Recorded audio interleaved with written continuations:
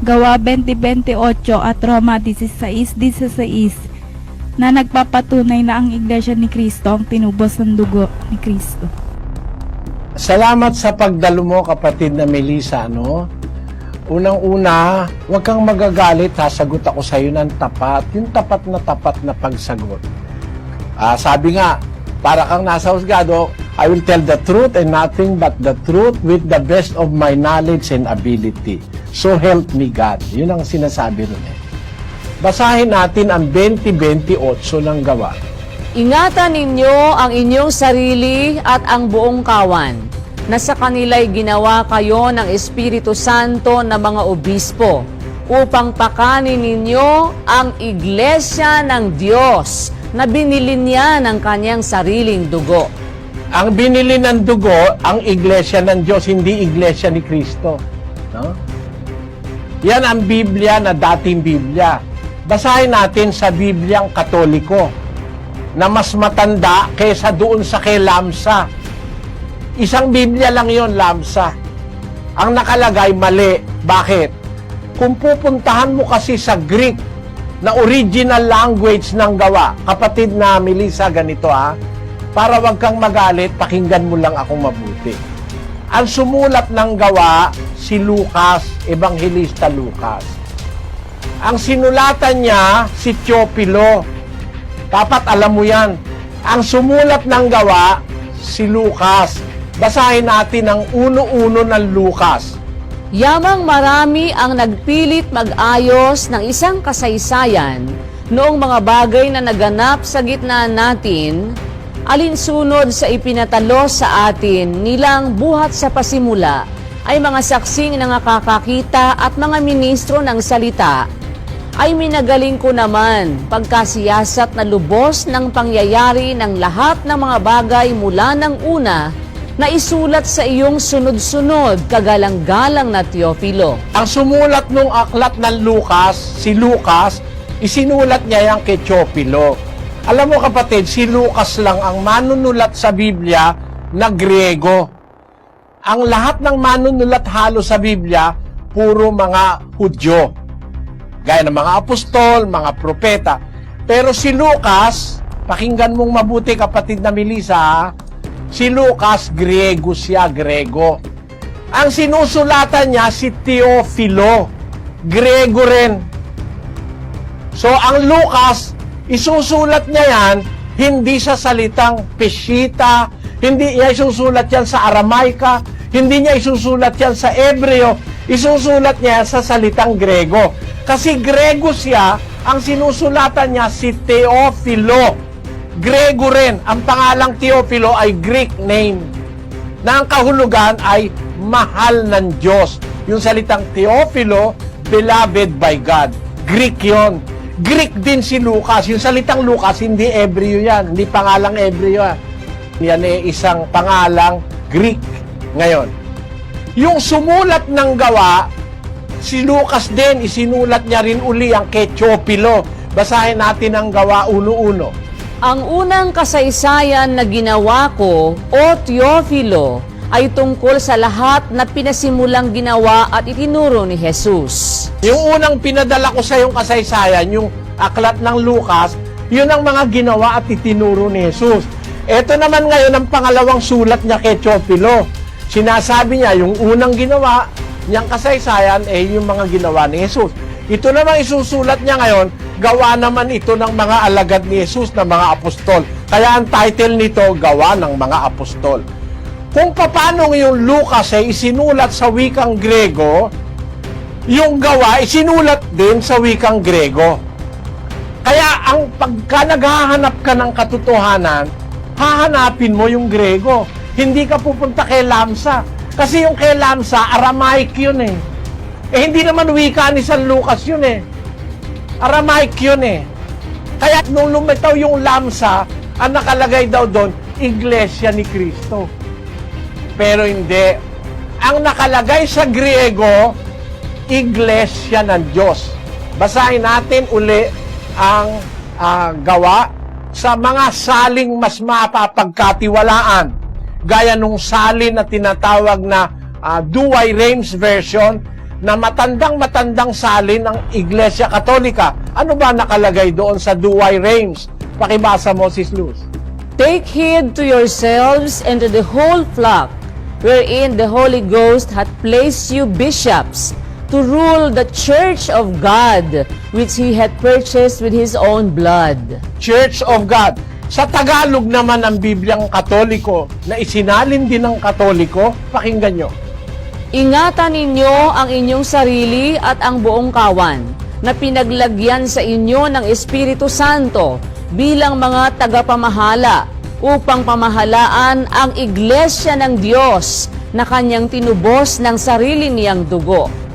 Ang nakalagay, Iglesia ng Diyos. Para patunayan ko sa'yo, pupunta tayo sa Greek. Yun ang original na ginamit na wika sa pagsulat ng gawa.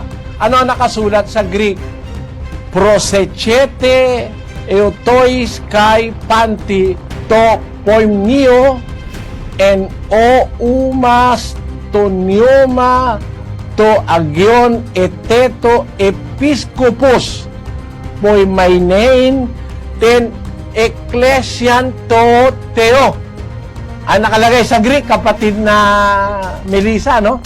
Ecclesian to theo. Iglesia ng Diyos, hindi Iglesia ni Kristo. Ang nakalagay dyan. Na binili niya ng kanyang sariling dugo. Hindi naman isinulat yan sa Peshitta. Hindi naman isinulat yan sa original na Aramaika. Yung Lamsa version, Aramaika yun eh. Si Lucas ang sumulat niyang gawa eh. Si Lucas ay Grego. Kaya ang gagamitin niya salita, Grego. Parang si Pablo, na sumulat siya sa mga taga-Roma, ang ginamit niya, wika ng mga Romano. Hindi niya sinulat sa Hebrew yan. Hindi siya maintindihan ng mga taga-Roma. Kaya, kung gusto mo makita yung original, pupunta ka dun sa pagkakasulat ni Pablo. Sa mga Ebreo, isinulat niya sa Ebreo. Pag sumulat siya ngayon sa mga Romano, sinulat niya yon sa wikang Romano. Ayon. Ngayon, wala naman sa Biblia ang Church of Christ eh. Ang nasa Biblia, Churches of Christ. Nang isulat yan ni Pablo sa Roma 16:16, basahin natin. Salute one another with a holy kiss. The churches of Christ salute you. Ang nakalagay sa Biblia, sa Roma, Churches of Christ. Hindi naman kagaya na nilagay sa kapila, Church of Christ eh. Wala nun. Pagkat itong Churches of Christ na tinutukoy niya, mga iglesyang lokal, Churches of Christ, hindi yan ang opisyal na pangalan na, ang opisyal na pangalan ba, Iglesia ni Cristo? Hindi, Churches of Christ. Pero ang pangalan yan, Iglesia ng Diyos. Asan ba yung mga Churches of Christ na yan?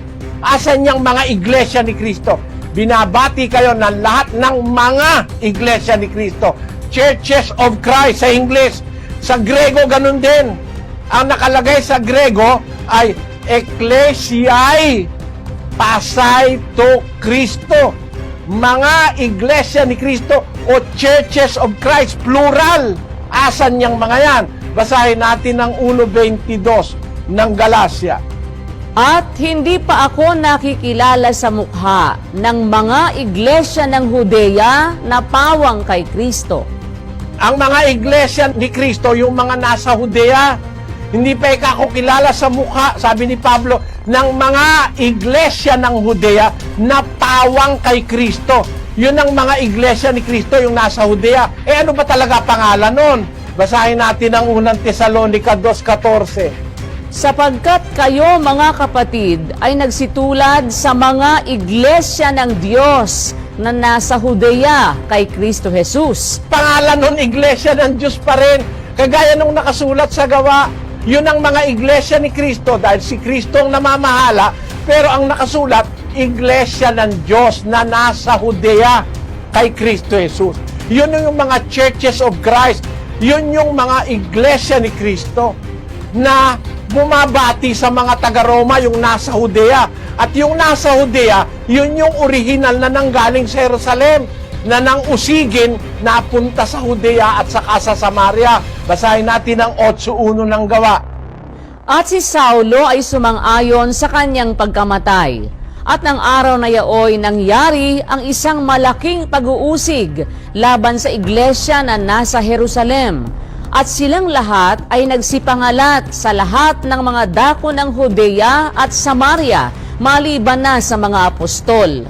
Iglesyang galing sa Jerusalem, nung usigin, nangalat papunta ng Samaria at saka ng Judea. Alin ba yung inuusig? At sino ba ang nag-usig?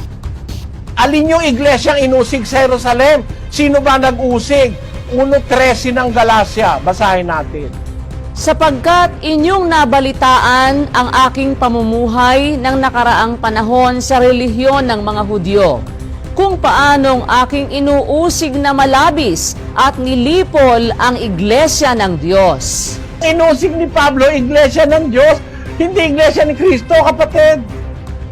Ang iglesia ng Diyos ang inusig niya, sabi niya, yun ang iglesia sa Biblia. Yun ang sinasabi ng Biblia na binili ng dugo ni Kristo, iglesia ng Diyos.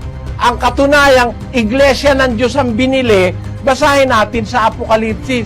Meron ba namang si Kristo may-ari, iglesia ni Kristo, tapos bibilin niya pa? Meron ba namang sa'yo na, bibilin mo pa?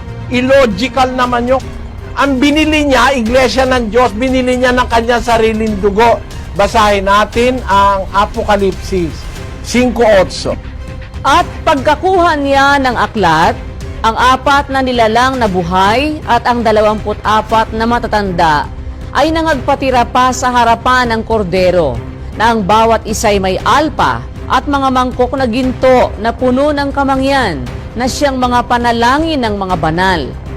At sila'y nangag-aawitan ng isang bagong awit na nagsasabi, Ikaw ang karapat-dapat na kumuha ng aklat at magbukas ng mga tatak nito, sapagkat ikaw ay pinatay at binili mo sa Diyos ng iyong dugo ang mga tao sa bawat angkan at wika at bayan at bansa. Yun ang binili, sa Diyos ang binili Ikaw ang karapat dapat na kumuha ng aklat at magbukas ng mga tatak nito, sapagkat ikaw ay pinatay at binili mo sa Diyos.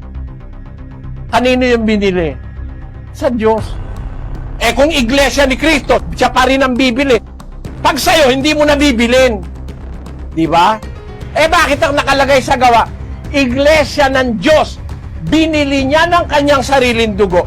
Kasi ang may-ari ang Ama doon sa iglesia.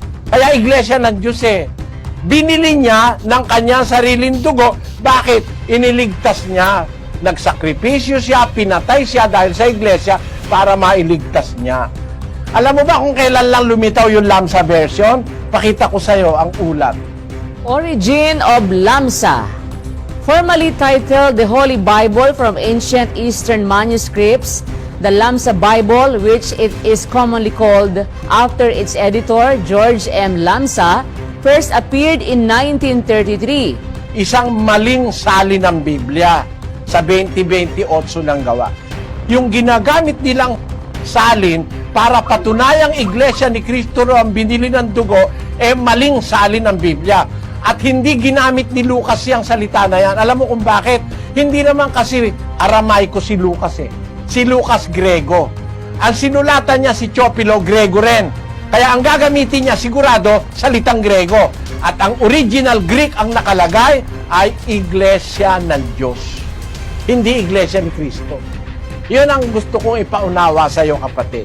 Ngayon, sa tanong mo, saan talata mababasa sa Biblia na tinubos ni Kristo ang dating daan? Alam mo, kapatid, hindi ang dating daan ang tinubos ni Kristo. Ang dating daan, yun ang title ng program ko. Mula nung 1980, sa radyo, sa telebisyon, yun ang title o pamagat ng programa. Pero ang aming samahan, tinatawag na Iglesia ng Diyos. Na ngayon, ay nakalagay na Iglesia ng Diyos International kasi marami ng mga bansa na nasasakop, nasa 7 na siyang kontinente ng mundo. Yon ang masasabi ko. Sana naunawaan mo, kapatid na Melissa.